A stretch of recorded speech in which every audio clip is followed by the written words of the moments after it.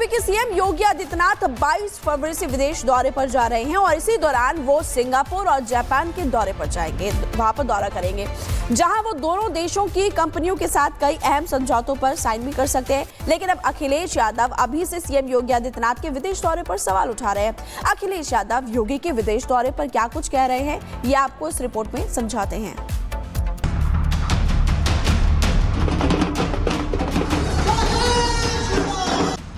UP के CM Yogi Adityanath Singapore और Japan का दौरा करने वाले हैं। योगी की कोशिश है कि वो ऑटोमोबाइल, सेमीकंडक्टर, इलेक्ट्रॉनिक्स, बायोटेक्नोलॉजी, नवीनीकरण ऊर्जा, फिनटेक, लॉजिस्टिक्स और ग्लोबल कैपेबिलिटी सेंटर्स जैसे क्षेत्रों में निवेश लाएंगे और यूपी को आगे बढ़ाएंगे।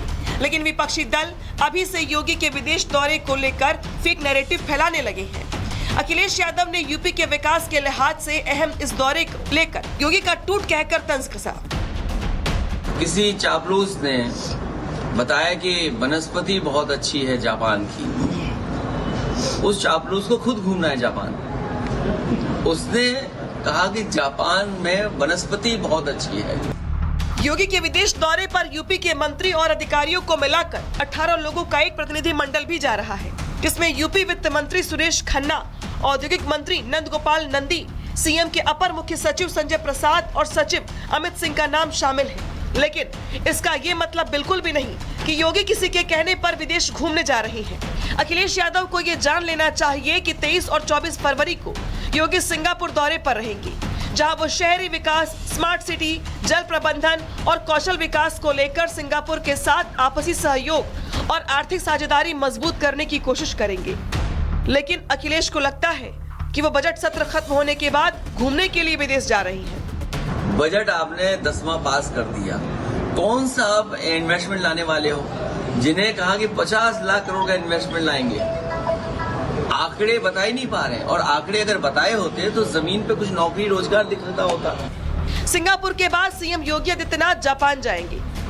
योगी 25-26 फरवरी को जापान दौरे पर रहेंगे, जहां वो जापानी कंपनियों को यूपी में निवेश के लिए आकर्षित करेंगे। इन कंपनियों के साथ योगी सरकार की तरफ से MOU साइन करेंगे।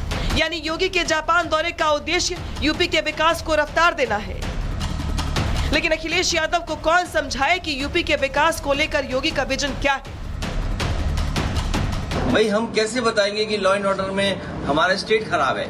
वो आंकड़े बताते हैं कि महिलाएं सबसे ज्यादा छेड़ी जा रही तो यूपी में है, जो घटनाएं हो रही हैं वो यूपी में है। अरे आपका फतेहपुर तो बहुत आगे है। जिस फतेहपुर को वो फतेह करना चाहते थे, नहीं फतेह कर पाए पीडीए की ताकत से और सबके सहयोग से, वहां क्या नहीं अपराध हो रहा। अखिलेश यादव को योगी के विदेश दौरे से पहले उन्हें जापान की तस्वीर देख लेनी चाहिए। जापान के प्रवासी भारतीय योगी के आगमन की तैयारियों में अभी से जुटे हैं। योगी के आगमन को देखते हुए पंडाल सज गया है, पूजा पाठ चल रहा है, जापान में तिरंगा और भगवा झंडा लहर रहा है, जगराते की तैयारियां चल रही हैं। प्रवासी भारतीय भक्ति गीतों पर झूम रहे हैं। ऐसा लग रहा है जैसे योगी जापान में राम राज्य की स्थापना करने जा रहे हैं। लेकिन अखिलेश यादव को कौन समझाए कि योगी का विजन क्या है? 2017 से जब से माननीय योगी आदित्यनाथ जी उत्तर प्रदेश के मुख्यमंत्री बने, उत्तर प्रदेश तेजी के साथ आगे बढ़ा है। उत्तर प्रदेश आज देश के विकास का ग्रोथ इंजन बन के उभरा है। एक्सप्रेसवे का जाल है, मेट्रो कनेक्टिविटी है, एयर कनेक्टिविटी है। इन चीजों को और कैसे बेहतर किया जाए, उत्तर प्रदेश में कैसे निवेश बढ़े, कैसे उत्तर प्रदेश का और विकास हो, इन सारी चीजों को लेकर माननीय मुख्यमंत्री जी का ये जो दौरा है वो बेहद महत्वपूर्ण होगा और निश्चित रूप से इस दौरे से उत्तर प्रदेश को बहुत लाभ होगा। यूपी के सीएम योगी आदित्यनाथ देश भर में तो पहले से ही लोकप्रिय हैं, लेकिन अब उनकी चर्चा विदेशों में भी शुरू हो गई है। जापान में जय श्री राम के नारे गूंज रहे हैं। जापान में योगी के पहनावे को लेकर भी चर्चा हो रही है। योगी भगवा वस्त्र पहनकर ही सिंगापुर और जापान जाएंगे। ऐसा पहली बार हो रहा है जब संवैधानिक पद पर बैठा शख्स भगवा पहनकर विदेश का दौरा करेगा। सीएम योगी इस दौरान सैंडल की जगह जूता पहन सकते हैं और जापान के श्री राम और हनुमान मंदिर भी जा सकते हैं। लेकिन विपक्ष को तो हर मुद्दे पर सियासत करने की आदत सी पड़ गई है।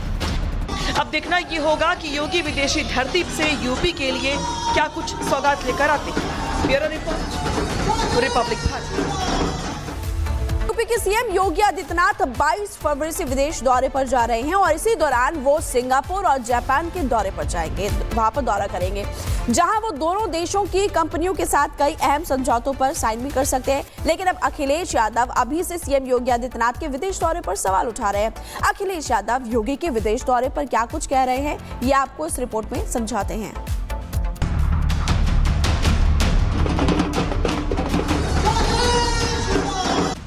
यूपी के सीएम योगी आदित्यनाथ सिंगापुर और जापान का दौरा करने वाले हैं। योगी की कोशिश है कि वो ऑटोमोबाइल, सेमीकंडक्टर, इलेक्ट्रॉनिक्स, बायोटेक्नोलॉजी, नवीनीकरण ऊर्जा, फिनटेक, लॉजिस्टिक्स और ग्लोबल कैपेबिलिटी सेंटर्स जैसे क्षेत्रों में निवेश लाएंगे और यूपी को आगे बढ़ाएंगे।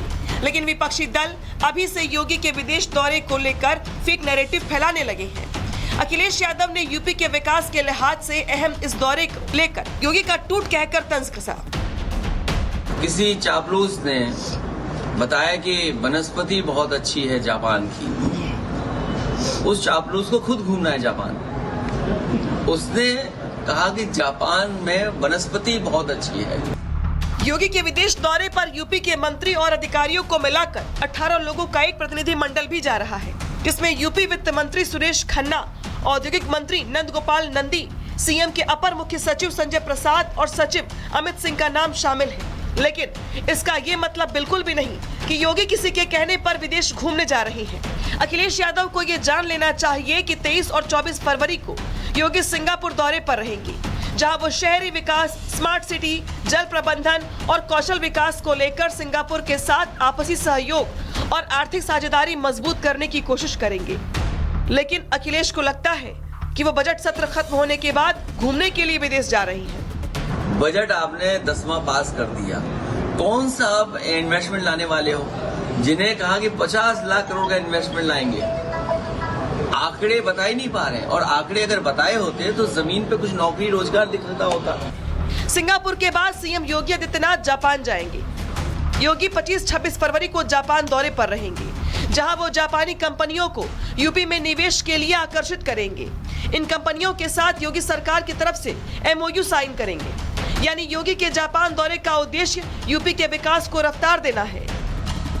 लेकिन अखिलेश यादव को कौन समझाए कि यूपी के विकास को लेकर योगी का विजन क्या है? भाई हम कैसे बताएंगे कि लॉ एंड ऑर्डर में हमारा स्टेट खराब है? वो आंकड़े बताते हैं कि महिलाएं सबसे ज्यादा छेड़ी जा रही तो यूपी में है, जो घटनाएं हो रही हैं वो यूपी में है। अरे आपका फतेहपुर तो बहुत आगे है। जिस फतेहपुर को वो फतेह करना चाहते थे, नहीं फतेह कर पाए पीडीए की ताकत से और सबके सहयोग से, वहां क्या नहीं अपराध हो रहा। अखिलेश यादव को योगी के विदेश दौरे से पहले उन्हें जापान की तस्वीर देख लेनी चाहिए। जापान के प्रवासी भारतीय योगी के आगमन की तैयारियों में अभी से जुटे हैं। योगी के आगमन को देखते हुए पंडाल सज गया है, पूजा पाठ चल रहा है, जापान में तिरंगा और भगवा झंडा लहर रहा है, जगराते की तैयारियां चल रही हैं। प्रवासी भारतीय भक्ति गीतों पर झूम रहे हैं। ऐसा लग रहा है जैसे योगी जापान में राम राज्य की स्थापना करने जा रहे हैं। लेकिन अखिलेश यादव को कौन समझाए कि योगी का विजन क्या है? 2017 से जब से माननीय योगी आदित्यनाथ जी उत्तर प्रदेश के मुख्यमंत्री बने, उत्तर प्रदेश तेजी के साथ आगे बढ़ा है। उत्तर प्रदेश आज देश के विकास का ग्रोथ इंजन बनके उभरा है। एक्सप्रेसवे का जाल है, मेट्रो कनेक्टिविटी है, एयर कनेक्टिविटी है।